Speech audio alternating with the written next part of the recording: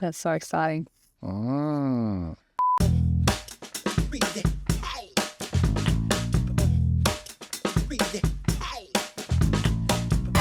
Hey guys, welcome to another episode of the Remind podcast. I'm Dr. Ashleigh Moreland and I am joined by my co-host David Masterton. Today's episode is a What Would You Do? This is for all the leaders out there. And essentially what we're going to do is we're going to read out a scenario. Now, as Dave and I were talking offline, I've heard this scenario 1,000 times in all different contexts, from leaders saying to me, oh, my team member, they're not allowed to have their phone on their shift, but I constantly catch them with their phone. Or, oh, this person's always showing up late. Or this person's breaking this or doing this, or they're not, they're behaving in a way that's not in alignment with the values or the culture that they want to create. So the context behind it, I think, is irrelevant. It's more about the behavior of the leader and this common story that is everywhere in every industry of leadership. So I'm going to read out the scenario and we'll take it from there. So the scenario is, I manage a small team and there's one person who just isn't pulling their weight. They miss deadlines, they don't contribute much during meetings, and often wait for others to take initiative. The rest of the team's starting to notice too, and I can feel the resentment building. The thing is, I hate conflict. I keep avoiding giving them feedback because I don't want to hurt them or make them feel criticized. But the more I put it off, the more frustrated I get and the worse the team morale gets. I just don't know how to have this conversation in a way that won't make them feel attacked. So it's the avoidance of the difficult conversation. Very common. I don't want to be the bad person. I don't want to be the bad person. So what Dave and I are going to do in this episode is unpack this a little bit and talk a little bit about not so much the behavior of the person missing deadlines and everything else, because we can all agree that the behaviors, whatever behavior is coming up in any scenario, is something that's not aligned to the values, not meeting their KPIs, or just a behavior that needs to be addressed, right? So focusing more on the leader in this case. And I also want you to apply this, even if you're not a leader in business, I want you to apply this to leadership in your home, leadership in your friendship group. Ultimately, it comes down to avoiding difficult conversations or conversations we are programmed to perceive as difficult. And why? So what's actually coming up for the manager or the leader in this? What's their survival responses kicking in? Yeah, well, obviously not to fight. Let's put it that way. No, fight. We can cancel that out. I'm not suggesting a fight response here is appropriate anyway. Yeah. But in my mind, it goes a little bit deeper. It's sort of like, okay, when you're a leader or a manager, why are you a leader or a manager? Someone's put you in that position. Yes. So perfect question. But why do they put them in that position in the first place, usually, in your experience? In my experience, it's either going to be they've had experience elsewhere in a management and they've just gone plink plonk. Or it's been they've come through the ranks.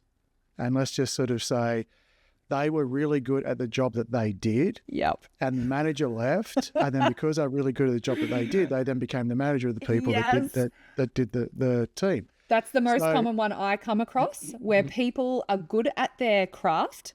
And because they're good at their craft, they get promoted to lead other people at the craft. But the thing is, your skills at the craft don't make you a good leader. And this is where parenting is so hard. Like, you can apply this across the board. Just because you are a great cook and, can keep clothes clean and get a stain out of anything does not mean your leadership skills that are required to lead a home and lead the development of another human being is developed.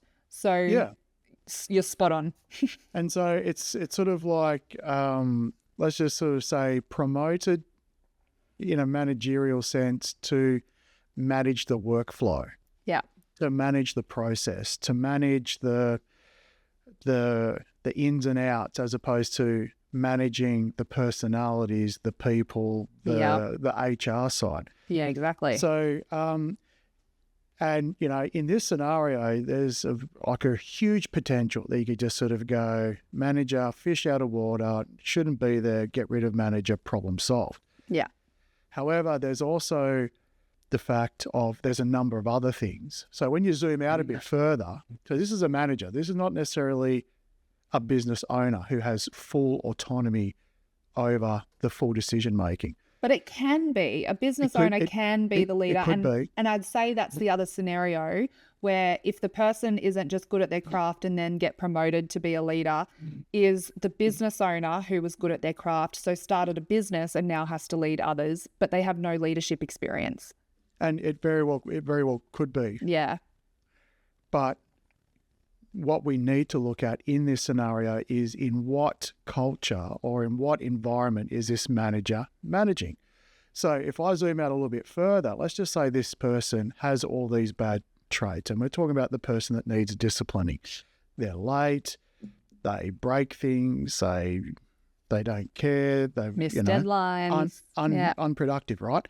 If the value of that employee was so low, it would be a no-brain situation to say, sorry, you got to go, right? It wouldn't even be, it'd be like one difficult situation, you're gone. Now, imagine that they have something. This employee has something that the kind of the business wants or needs.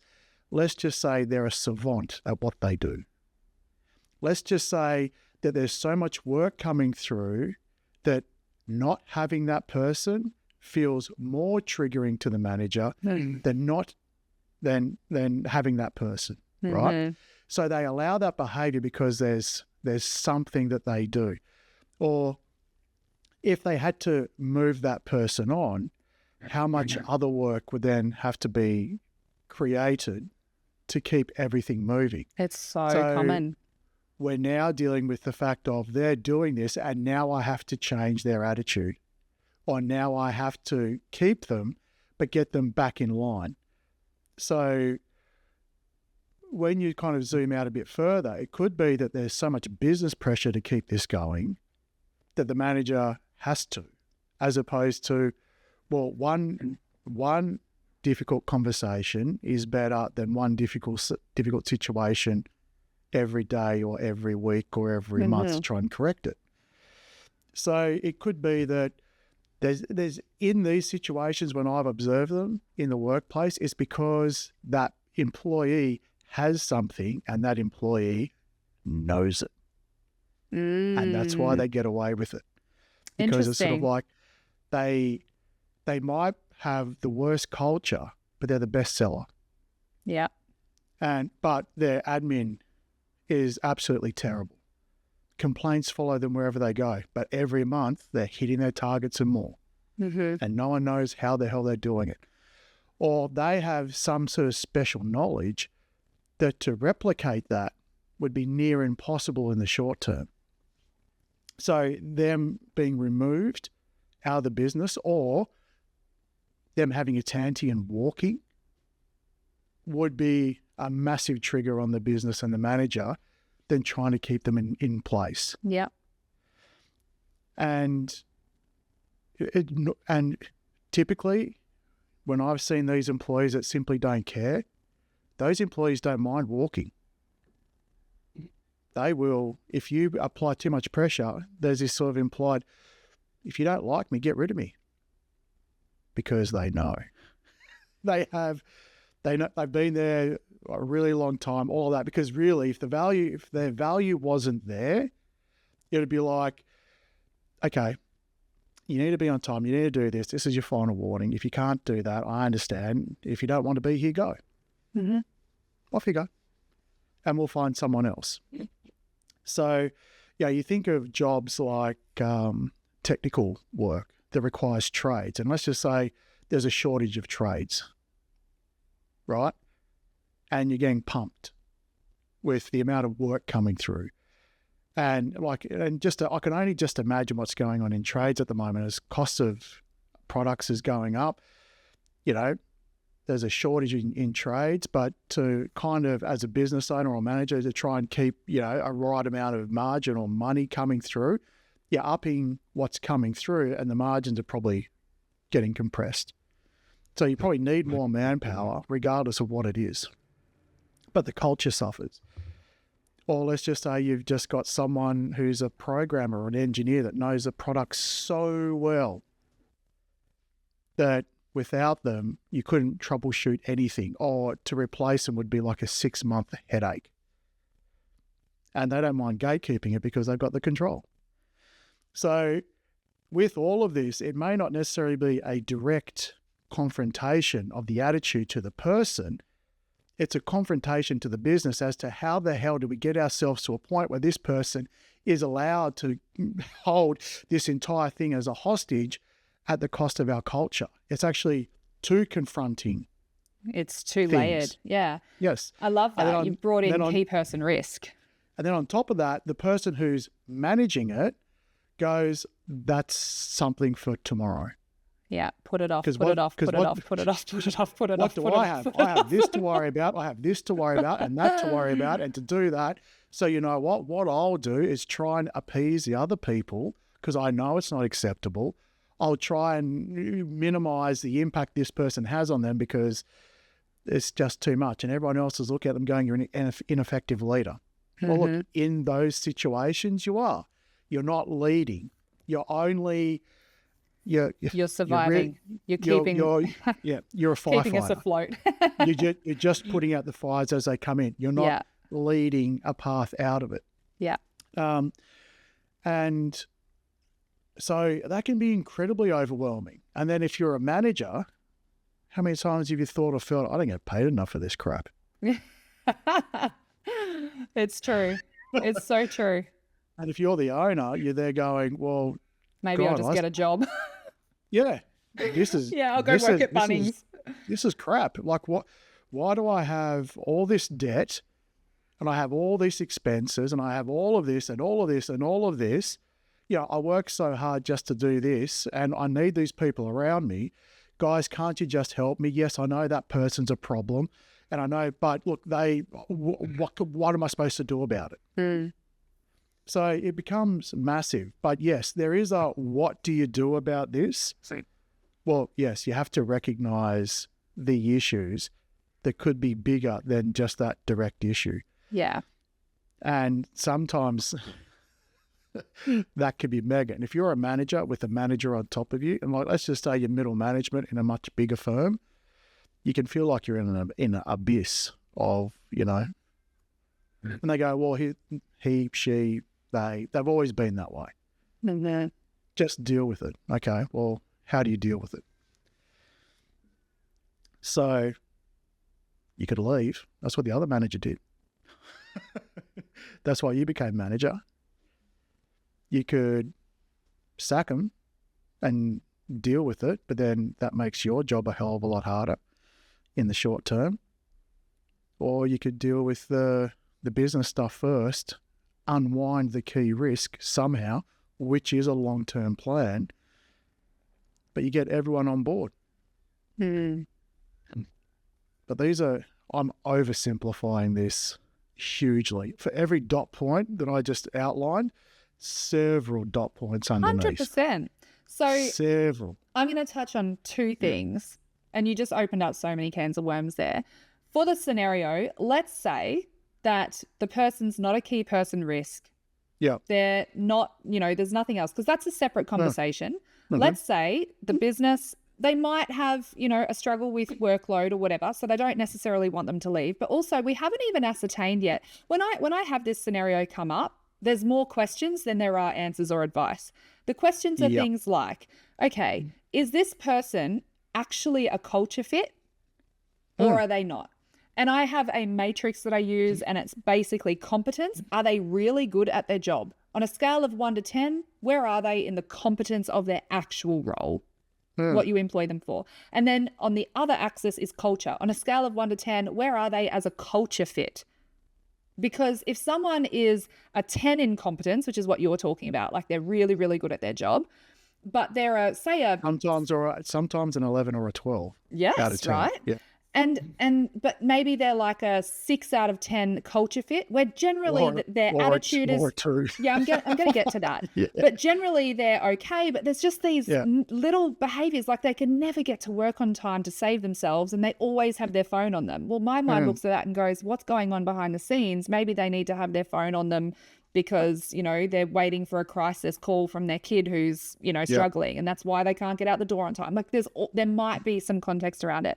But first of all, the reason I do that is because we want to ascertain if someone's a 3 out of 10 in competence and a 3 out of 10 in culture, that's not someone that you probably want to invest the personal and professional development resources in to keep. I would not call that talent in my business. I would call that dead weight in my business. And so there's some questions around context, but let's say fundamentally, let's say this person's good at their job, but there's these behaviors that are causing tension in the culture, and that means that as far as culture fit goes, they might be below the average. So we need to have this conversation. Well, I bring it back to the leader and go, what distorted beliefs are playing out for them? And it's things like, in all my experience in working in leadership, it's things like, it's a difficult conversation. And even just the word difficult conversation gives us information. Or I don't want to be the bad guy is another one. Like just having an open and honest conversation with someone, automatically they feel that makes them the bad guy. Or what would be another one? A distorted belief. You're bullying me. No, on behalf of the leader. The leader's beliefs. Right. So, okay. Well, or the feeling as though they're going to be attacked. Maybe. I don't want to let someone down, or things like that, right? So ultimately, all those beliefs mean that leader is seeing that situation as a bad situation. They're seeing it as a threat. And if they're seeing it as a threat, well, then they're no longer showing up in that conscious, heart-centered way. They're showing up in self-preservation and survival. And so what's their self-preservation and survival response? It's going to be freeze. I'm going to avoid the crap out of this, and I'm going to procrastinate it as much as I can. And then by not saying something that I think is going to be criticism, I'm going to people please, just try and keep the peace. Even though by me trying to keep the peace with one person, I'm disrupting the peace of the overall picture, right? So I look at that and go, well, the cost of not having that conversation to me is I'm super stressed because I feel like I can't get anything right. I can't get it right with that person because then I have to have that hard conversation. I can't get it right with the team, and nothing I ever do is enough. But then also the cost to the team is the culture becomes more and more and more toxic, resentment builds. But then the cost to the person is that they're missing out on an opportunity to actually evolve, or maybe to actually deselect. So when I look at this situation, and the things that you raised are so valid, and so like that's a whole other issue when it comes to leadership. Like, how do you create a culture where there is transparency, where there is no key person risk, where there is appropriate onboarding and cross-training and SOPs and everything else? But in this case where we just need to have this open and honest conversation, we need to know how to regulate our nervous system beforehand to be able to feel safe to have this conversation. And I even teach people how to script. Like, go to ChatGPT and go, this is the scenario and this is what I want to convey, but I want to do it in a way where the other person feels seen, heard, and valued, and where it's safe for their nervous system to receive this feedback. Please give me 5 different scripts. And then even just from doing that process, we're learning our own leadership skills in how to communicate, how to get the message across. The message is, what's the message? Get here on time. Like, you need to meet these. These are our non-negotiables. But how can I get those messages across in a way that feels safe to the other person? Because if it feels safe for them, they don't get tripped up into their own survival responses of fight, of flight, of freeze, or fawn. And if we can keep them regulated, then this remains a healthy conversation. And this is a skill. So it's about, like, creating emotional and psychological safety in that process of giving feedback and having those conversations. So the question to me becomes, well, how do we give feedback in an honest but heart-centered way that gets our message across, but does it in a way that's safe for the other person to receive? And then we can't, we've spoken about this before, we can't ever control someone's reaction to that. Like if someone is going to take that and spiral, or if someone's going to take that and, still get mad or leave or whatever, that's up to them, because we're responsible to them. And by being responsible to them, that's be honest and be kind, but we're not responsible for them. And yeah, absolutely. I think that's a really key point. And also touching on, like, I think in my business and when I'm mentoring other businesses, you have to look at the whole ecosystem. So can you afford to lose this person? What would be the handover time? Like what would be the contingency plan? If they left, then what? If they stayed and changed their behavior, then what? If they stayed and didn't change their behavior, then what? And when you have the contingency plans, it gives you certainty, and certainty feels safe. So you know exactly what you're going to do. You've got the timelines, you know how you're going to handle it.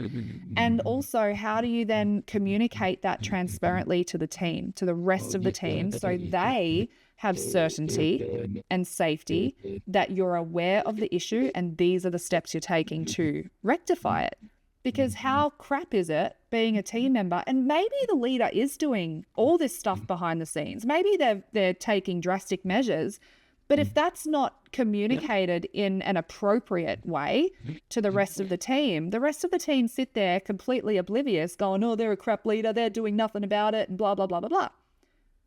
So you got to kind of be able to communicate in a way to the whole team, as well as communicate to the challenging employee, so that the overarching atmosphere remains safe and emotionally and psychologically healthy. That's my thoughts on it. And then dealing with, if there is the bigger picture, deeper stuff, then they don't have an issue that's just about communication. I would say they have issues around lack of transparency, lack of leadership, lack of, I don't want to say the word control, but there is an element of control, like lack of order, lack of systemization, lack of processes. And if that's the case and your business is hanging on that one person, you got way bigger issues, and let's deal with that first. Yeah. Because a leader leads. Yes. Right. And if you, at the end of the day, if you're not prepared to do that, you're not in the right spot. Yeah. So, and generally you don't lead paper. You don't lead machines. Right? You lead people. Yes. Who operate machines. Everything you do is a people business. Yeah. Doesn't matter what it is, because cars don't buy cars. Machines don't buy machines. All of these things, everything's a people business. So if you're in leadership, you are there to lead people. You have to be a people expert. It's no longer about, and this is what I say to people all the time. I did a keynote earlier this year, and it was on identity, and it was your CEO identity, and it's people who are amazing at their craft, who then started a business because they were amazing at their craft, but being a business owner is a different identity compared to being good at your craft.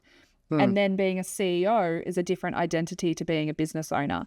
And so really understanding the evolution that is required in you to be able to lead your business. And I spoke to them about how early last year, so over 12 months ago, I wrote the position description for the CEO of Remind Institute as if I was hiring a CEO for my business. And then I imagined me at that time was applying for the job, and I asked myself, would I give this person this job? And the answer was no. And so that really helped me in understanding, where do I need to step up as a leader so that that answer becomes a resounding yes. what are the issues that I avoid? What are the things that I go, oh, I don't understand it, or that's too hard, or I don't want to make that decision, or that's overwhelming? Where do I put my head in the sand? Where do I avoid things? What decisions don't I make? What don't I have transparency or clarity on? And that was my personal growth journey. And so when I see this situation play out with how do I handle difficult conversations from a personal level, that's your invitation to go deeper in understanding why do I think this is, why is having a conversation, an open and honest conversation from my heart, calling someone into the highest and best version of themselves, why do I even think that's a difficult conversation to have in the first place? If I'm loving them well, why does that have to be a difficult conversation? And it's all of our programming and all of our emotional mess that's tied in with it. Yeah, it reminds me of what I'm seeing at the moment on TikTok, right? Which is my nervous system doesn't know the difference between having this conversation or a gun put to my head. Yeah. And it's about what you're sort of saying, which is, yeah, why is this feeling so massive? Because regardless, it's feeling massive. So have that opportunity to go, yeah, it doesn't feel like it would just be easier if you could just have this conversation, but there's a reason why you can't. Be curious about it, explore it, figure it out. As you said, it's an open invitation. Absolutely. And then, you know, if it feels much bigger, then look at all the reasons, you know, be honest with yourself, write down all the reasons why you don't want to. And if a lot of it is business or process based, or there's some sort of hook, or they've got something over you, write that list down and then go, well, okay, I'm going to start to tackle those issues and then lead up to the, you know, go from the bottom of the sheet to the top of the sheet. And chances are it's going to be good for the business anyway. Absolutely. And the thing with any kind of leadership is that there is some systems, processes and structures, like the strategic stuff, but then there is some people-based stuff. And when it comes to systems, processes and structures, I mean, I have some insight into that because I've done a lot of this work, but that's not my heart and soul. My heart and soul is the people side of leadership. And we have our own programs that support the people side of leadership, and we partner with other leadership development providers to provide the systems and the structures and the strategic side of it. So if this is something that's relevant to you or your business, reach out, because we actually can help you to be the leader that your team needs you to be in order for your whole business to thrive. And if you think it's going to cost too much, outline what's the cost of not doing anything. Yeah. I could guarantee you it's stupidly higher than you believe it would be to not do anything. Yeah, absolutely. 100%. That's a very good point. The hidden cost. Oh, that's not going to be cheap. Well, you're right. It's not going to be cheap. It's the same concept I apply to couples who then say, oh, that's too much. I don't want to spend that much. I'm like, do you know how much divorce is?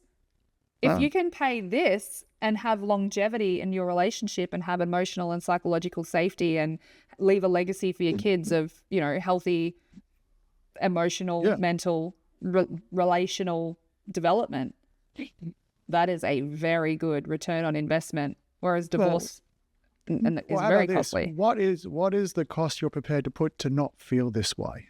If it's not a good feeling. Yeah. If you could walk into a shop and buy a good workplace culture, how much would you be willing to pay for it? Yep. And some people go, oh, if you could guarantee it, if it could happen right now, I'd pay this amount. Okay, well. And if it's like, well, I don't really think I have the money for it. Okay, well, really what you're sort of saying is your preference is what's going on. Your preference is at this point to suffer. Yeah. Until you change that mindset. But also that's why we put out these resources. This is costing you free. $0. Exactly. $0. It's a starting point. And exactly. www.re-mind.institute/leadership is where you'll find all of the resources. We've got questionnaires. We've got stuff there for you. So go and check it out. Leave us a comment. Let us know if this hit a nerve and what you'd like us to cover next in terms of leadership. Throw us a scenario. Throw us a scenario, yes. We submit might your just own unpack it for scenario you. and Yep. we will consider unpacking it. If it's a scenario affecting leadership or business or even home, parenting, relationships, whatever it is, send it All in of that. and we will unpack it for you. Well, live for us, not for you, but in a podcast episode just for you. All right. Sounds great. Till next time, Ash, have a great week. Goodbye, everyone. See you Catch guys. you next week.